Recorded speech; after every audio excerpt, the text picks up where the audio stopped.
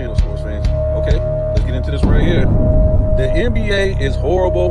The NBA is horrible. And I don't want to hear nothing about, oh, man, you hate because the Lakers won. This performance was horrible. All the starters for the Lakers were in the minus for the plus minus. All the bench warmers or the bench players, I think, that played were a plus. And I think for the most part, except for James Harden, all the Clippers were a plus. You got to be kidding me. You got to be kidding me. What are we talking about? And I think, if I'm not mistaken, Luka was a double minus for the game. I think LeBron was a -1. Where are we at, man? Luka had like 6 turnovers. LeBron James had 4 turnovers. James Harden, if I'm not mistaken, had like 5 turnovers. So I didn't get to see the whole game, but Luka has shot horrible since he came to the Lakers. If you look down at the graphic, these are his stats. He's been shooting horrible. Not good at all. And I hear people keep talking about, well, look what Kobe shot, man. He shot 45%. He shot 44%. AI shot 43%. Yeah, but this was in a defensive era. This was against, I want to say the 2000s was against great big men, but you still had, I would say, good power forwards or great power forwards, great small forwards. The centers, I don't think they were all-time great, but still, they were good centers. And basically, everybody was still playing defense, man. Everybody was still playing defense, even though they took out defense. Dudes were still moving their feet, and definitely everybody wasn't sitting at the damn 3-point. Everybody wasn't sitting at the 3-point line. So, yeah, Luka's been shooting like hell since he came to the Lakers. I don't even know if he maybe been shooting in a 30-something% since he came to the Lakers. He's shooting horrible. I don't know if he can fix that, maybe with more shots, but, you know, it looks like he's taking more shots than LeBron is taking. So, what was he, like 5 for 22? If I ain't mistaken, let me see. No, that was James Harden. That was 5 for 22. He was 9 for 22. Let me check it out right here. Oh, that's Austin Reeves. Yeah, Austin Reeves has turned into the new Larry Bird, right? Who needs AD when you got Reeves getting all the damn calls? So Luka, that's crazy. They ain't even showing this guy's face no more. So Luka in this game shot 40% from the field, 33.3 from 3. When he had 2 rebounds, 5 assists, 0 blocks. Is this? Oh yeah, I think he had 3 steals, 6 turnovers, and 31 points. He did shoot a lot of free throws. For the season, he's shooting 33% from 3 and 44% from the field. Let me see, 76% from the line, which is horrible for a so-called good shooter. How can you be a good shooter and you're shooting? And this has been his entire career, folks. I think it's actually went up. Let me see something. I'm trying to see for his, yeah, I think it's went up. So 74% for his career. His blocks went down. His steals went up a little bit this year. Well, his turnovers went down, but that's not saying nothing. He ain't really been playing all season. I don't know if he's going to make this all NBA team or what. I was thinking they might try to throw Anthony Edwards in that all NBA first team. I'm not for sure, but this guy is playing horrible. But that's what they'll try to do, just to try to make this guy look good. They'll try to put him because I don't know if is Luka going to qualify for all NBA. I don't know. He didn't qualify to be an all-star. I don't know if he's going to qualify for being all NBA.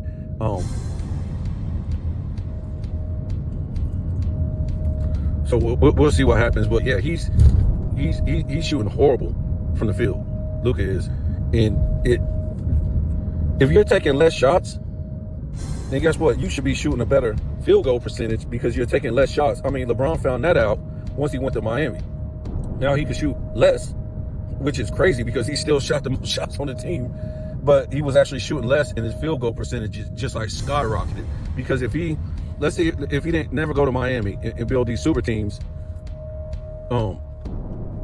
if he didn't never go to Miami and build these super teams, his field goal percentage it wouldn't even be at 50% right now. Because remember, it's only at 50, what's it, like 50% right now. And that's all the guy does is dunks and layups. For the 3/4 of his, shots is dunks and layups. So, it took him, what did it take him, like 7 seasons or something like that before he even shot 50% from the field for a season? And it took until 14 seasons for his career field goal percentage to be 50%. It's insane. So yeah, when he went to Miami, his field goal percentage shot up because he was doing like, it went up so high, like, more than 3/4 of his shots were dunks and layups. So we don't know if that's going to continue, if they're going to keep playing together. Yeah, but this is what you got right here. You're supposed to get excited over the Lakers beating the Clippers. And nobody ever thought that the Clippers were going to pull this off. For me, Kawhi Leonard, and most people might think, okay, it's 17 shots. That's not good enough. LeBron James took 21 shots. Luka took 22 shots. There's no way that Kawhi Leonard shouldn't be taking 22 shots on his team. Why not?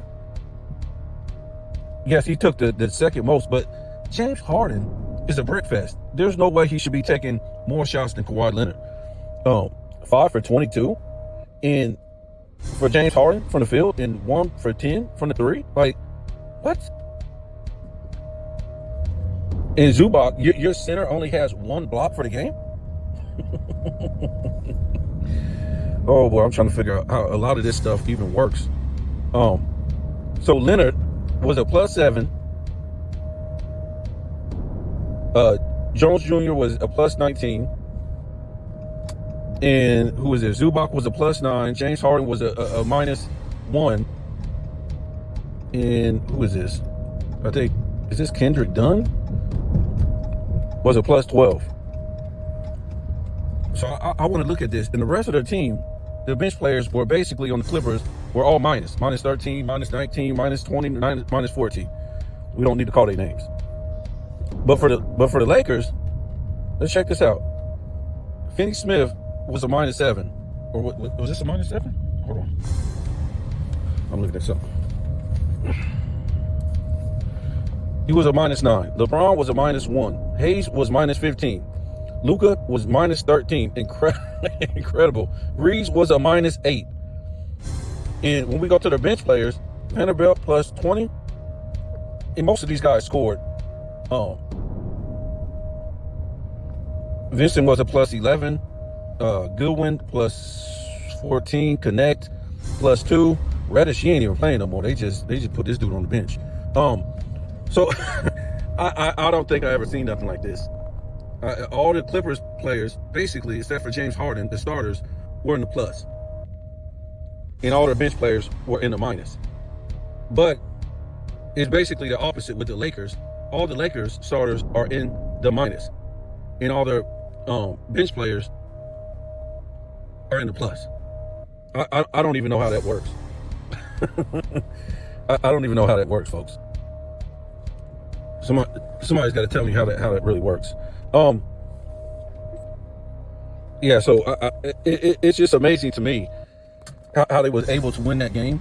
I mean, they were awful. The Lakers were awful and are still winning games. Let me see some of these standings real quick, because this thing looks like it's, the last few games are like, I'm trying to see the standings now, because teams are losing when they're really not supposed to be losing. Teams are winning when they're really not supposed to be winning.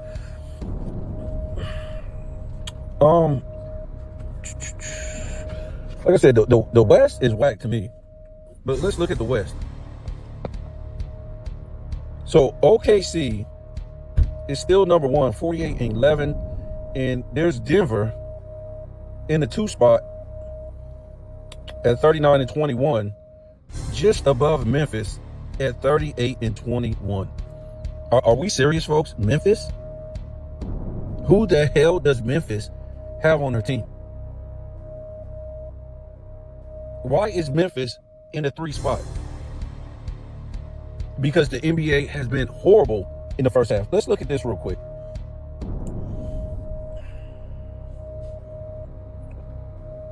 I want to look at Ja Morant and see the stats he's putting up. I want to see the stats he's putting up this year. Ja Morant, looking girly as ever on this photo. These dudes care more about their hair. I'm trying to tell you, these guys care more about their hair and their tattoos than actual NBA basketball. So you got Ja averaging 20 points, 4 rebounds, and 7 assists on 43% from the field. Are you serious? Why are these dudes shooting so bad at a low percentage? In a no defensive error? It doesn't make any sense to me. Now, if you're like later on in your career and stuff like that, that's excusable. That's excusable. And it's a slow down, grinded out error, something like that. It's more excusable. But you're shooting in your prime. You're shooting 43%, 44% in a no defensive error. In a pace of play is that high? So let me see. So Ja Morant, and I guess they're going to say this. Oh, man, you only get 29 minutes per game. But why though? Why is this guy getting 29 minutes a game? I don't understand. And don't tell me he's hurt. So when the playoff starts and he's got to play 35 minutes a game or more, what's he going to be at?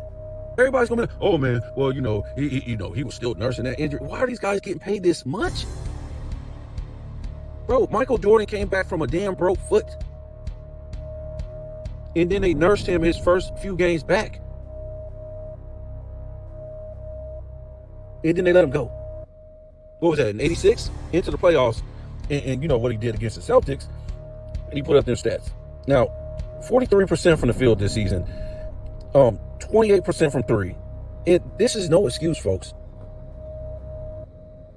This is no excuse to be shooting. There's no excuse to be shooting like this.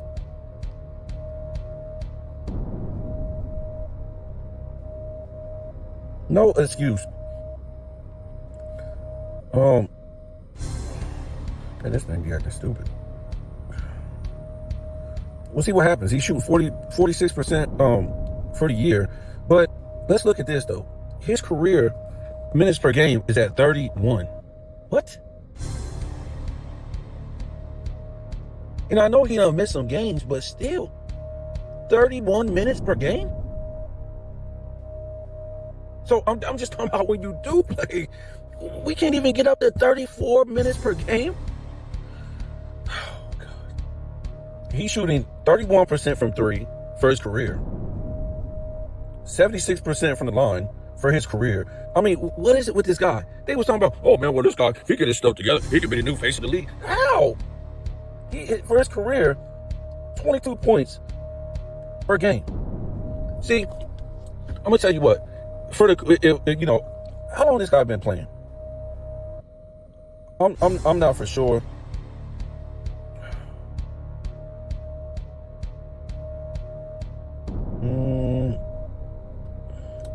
Let me look in his bio. 5 seasons. So this guy's been playing for 5 damn seasons. What I'm trying to say is, if we looked at his career right now and his stats, they should be high. Maybe, for a great player, maybe he's averaging 28 to 30 points or something like that for a career. If you're a great player, your stats are usually going to be high if you're at season 4. You take like a Michael Jordan or, a LeBron James, Kobe Bryant might be a little different in year 5 because, he played with Shaq and stuff like that. But all these great players, Larry Bird, Kareem Abdul-Jabbar, Wilt Chamberlain, your stats are going to be high because you're only in year 5. Now, when you start to get on the tail end of your prime, those stats are going to go down. Your career stats are going to go down just because you're older. See, we already know for LeBron James, what's going on with him, and his stats never went down. They basically accommodated him with a weak league. We never saw, per se, any other great player. The league got weaker as their career as they got older in their career. We never seen that. We just never seen that. The pace of play for Michael Jordan, it just went down to a slow grind in the second three-peat. And as Kobe went into the 2000s, that thing went into a slow grind. And even though they took away defense in 2005, it was still a slow grind. It was something that, these guys had to get used to, because even though a lot of these guys either played in the tail end of the 90s, or really, didn't play in the 90s as far as their NBA career. You got to remember, these guys that was coming into the NBA out of college still played in college, which was still like grinded out 90s mentality type of pace. So your mentality is still that. Your mentality is to still play defense and move your feet. You still had like this certain standard. By the time we got to the 2000s, all those 90s mentality type of guys, they were gone. You take Bruce Bowen, that shut LeBron James down in the NBA Finals 2007, is a 90s mentality. That's what they knew. All they had to do is move their feet with this guy. He can't strong arm nobody, and he can't do the stuff that he's doing since the 2010s and today. So they already knew that. LeBron's potential was, why LeBron James, his potential was so big coming into the NBA, because he was so big. I'm talking about like physically 6'9", he had handles. We really never seen that, right? And it's a potential when you're 18 years old and you're coming into the NBA, 17, 18, whatever it was, and you have that type of potential. Remember, everything is about potential in the future. So when they see a great player like Michael Jordan, Wilt Chamberlain, all these players, you get older, you're going to grow into, a man's body. Your game is going to get better. You're going to evolve. So they're looking at this potential. We saw Kobe's potential, in all these great players. So LeBron James' potential, with him being able to handle the ball, much like a, Scottie Pippen, I wouldn't say Magic Johnson. I just can't. I can't get with the great point guards. I can't get with that, folks. When we talk about CP3 and Jason Kidd and these John Stockton, no, he could never handle the ball like that. But you got to remember, we small forwards weren't known for having like great handles, like a a guard or a point guard, a small guard or a point guard, a shooting guard or a point guard. So even though the game was evolving to face up and stuff like that, we really, I would say LeBron had better handles than, I wouldn't say Tracy McGrady, but he had better handles than Vince Carter. When we talk about small forwards, we talk about, big game James Worthy. He had better handles than him. Most small forwards, LeBron had better handles than, not Scottie Pippen. And when we looked at Scottie Pippen, it was something rare.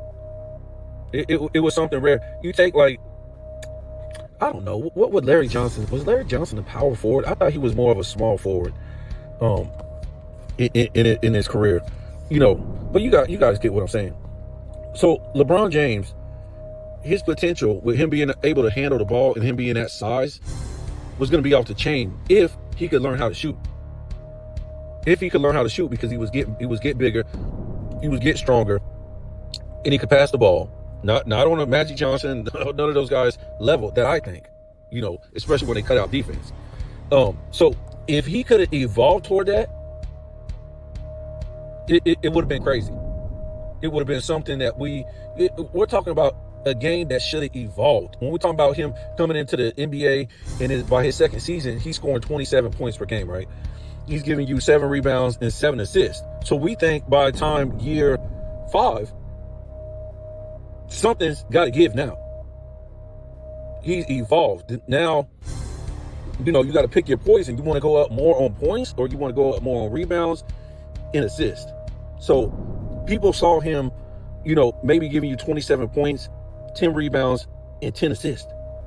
That was going to be something we never seen. That's like, Magic Johnson-esque, in leading another great player to a championship.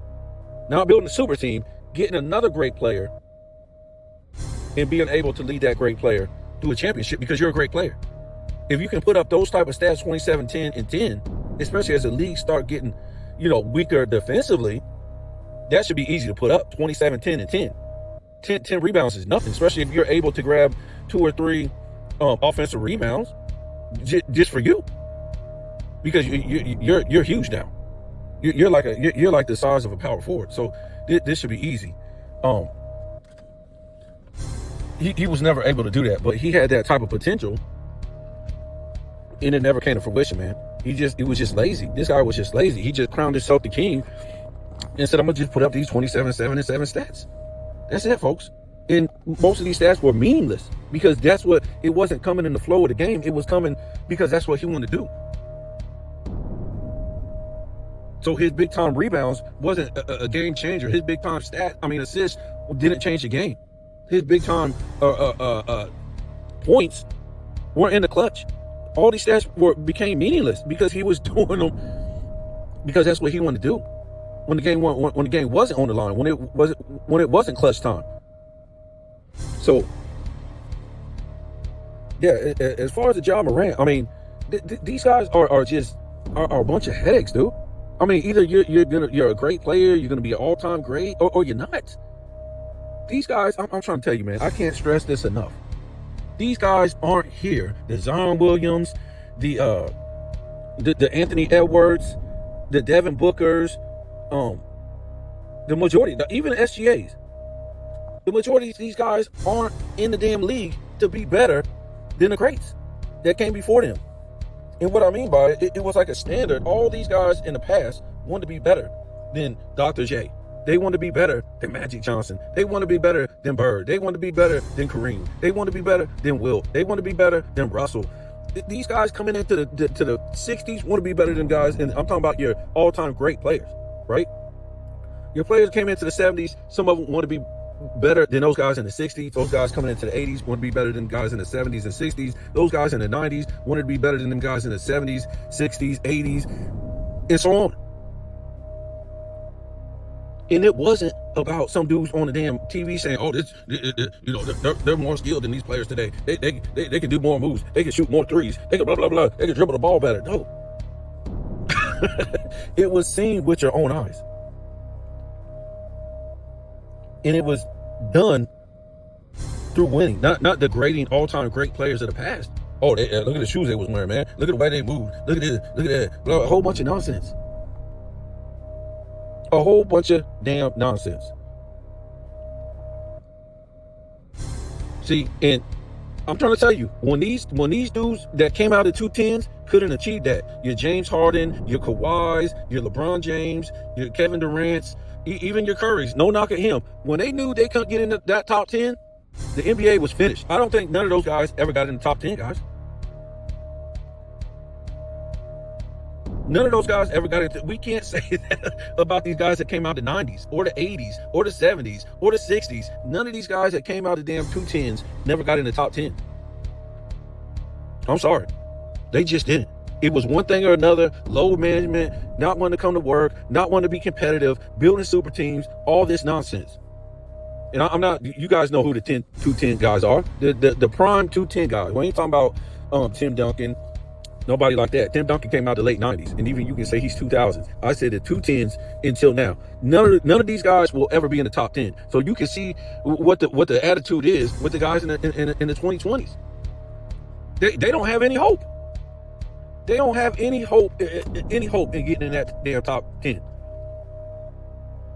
Joker might.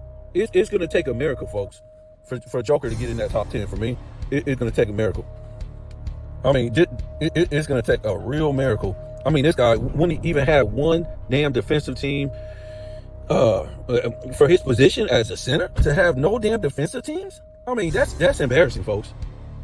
I mean, just alone on that, on the strength of that, what's his name? Scapatat, he should stop crying.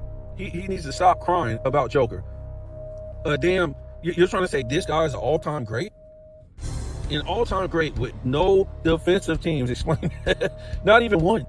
I don't care about, he got better on defense and he leads the league and this and that. No, if you can't even get a second defensive team, all you got to do is act like you want to play defense in this era, and you're going to be on the defensive team. A bunch of nobodies continue to be on the defensive team. So the Lakers are 37-21. Looks like they're about to jump in third place pretty soon because they're half a game behind Memphis, which is a joke. They bunny hopped the Houston Rockets.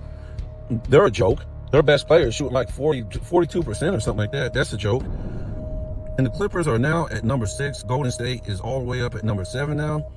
Dallas, all the way down at number 8 now. Minnesota, what a joke, down at 9. And Sacramento has went up to number 10. Of course, Phoenix, they're not even playing no more. And San Antonio, of course, they're way down there at like 13. And I'm trying to tell you guys can fight me all you want about it. They shut Wemby's ass down. They shut him down.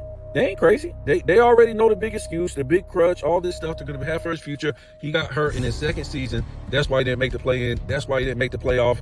That's going to be the excuse. For him to miss the playoffs 2 seasons in a row, 2 seasons in a row, he's supposed to be going down as this all-time great in this weak, soft era, and miss the playoffs 2 years in a row in the play-in.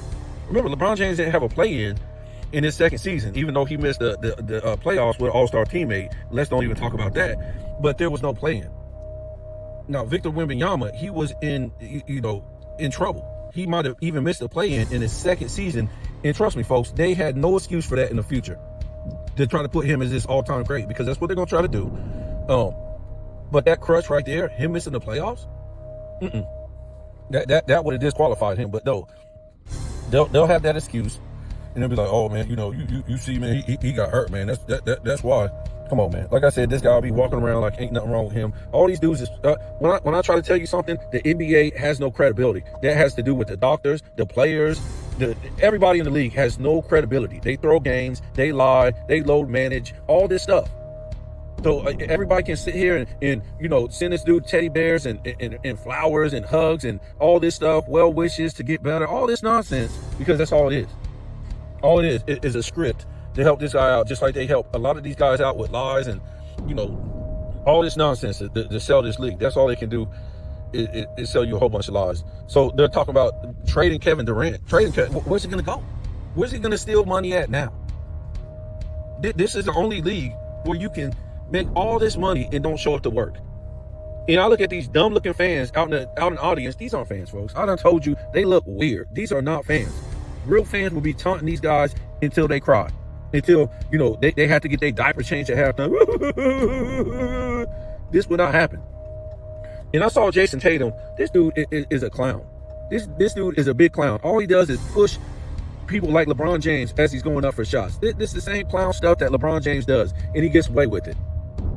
And Garland got a foul last night over Tatum, and he's sitting on the bench. He's like, man, I mean, I got to come to the bench because you guys don't know how to referee. These guys aren't good.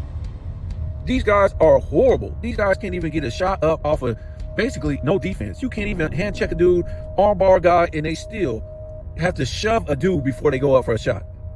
In their prime.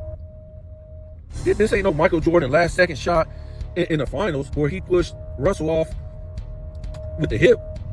No, this is way worse than that, folks. These dudes is pushing off every shot because they don't know how to stop and pull up and get to Jason Tatum. He ain't that good, man. I'm trying to tell you, man. These dudes ain't all that. But yeah, where's Joel Embiid? Why don't they just put just make a team for quitters? Make a team for quitters and put them all on the damn same team. Joel Embiid, Kawhi Leonard. You could put LeBron James on there for all this low management. Who else? I think we said Zion Williams. All these Kevin Durant. All these quitters.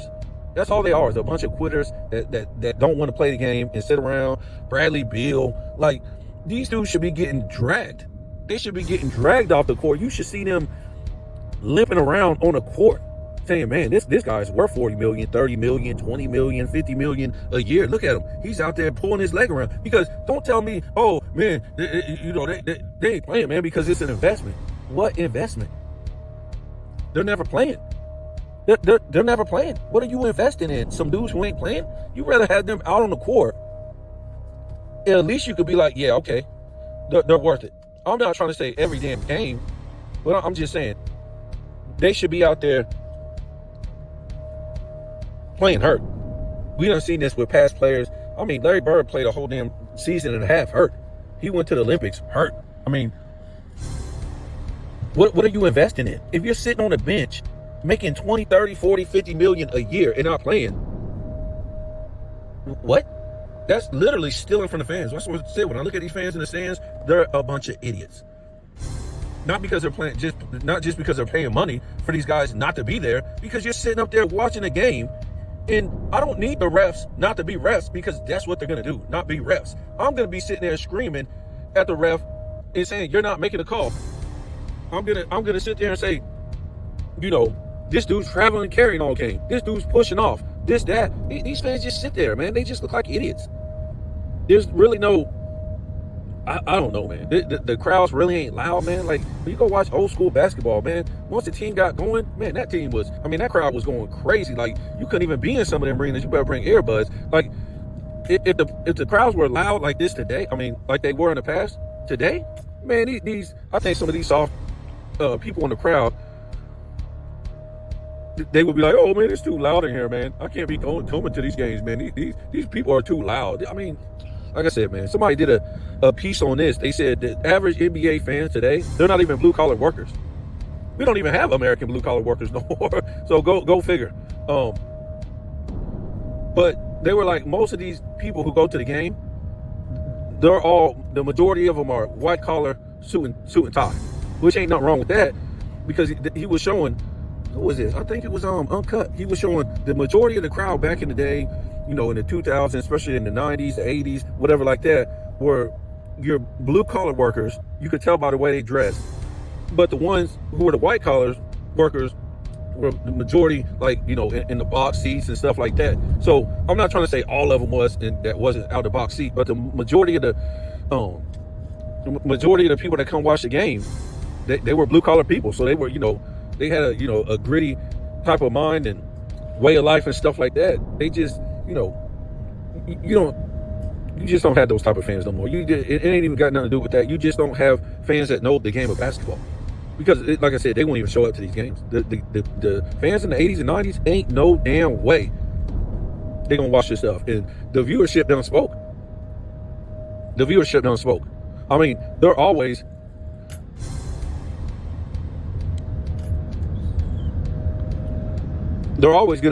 gonna sell tickets. They're always gonna sell tickets because, you know, NHL sells tickets, MLB sells tickets, even though MLB don't sell as much as he used to. But, you know, baseball field is huge, so you're not gonna sell out all those games, especially in the springtime and stuff like that.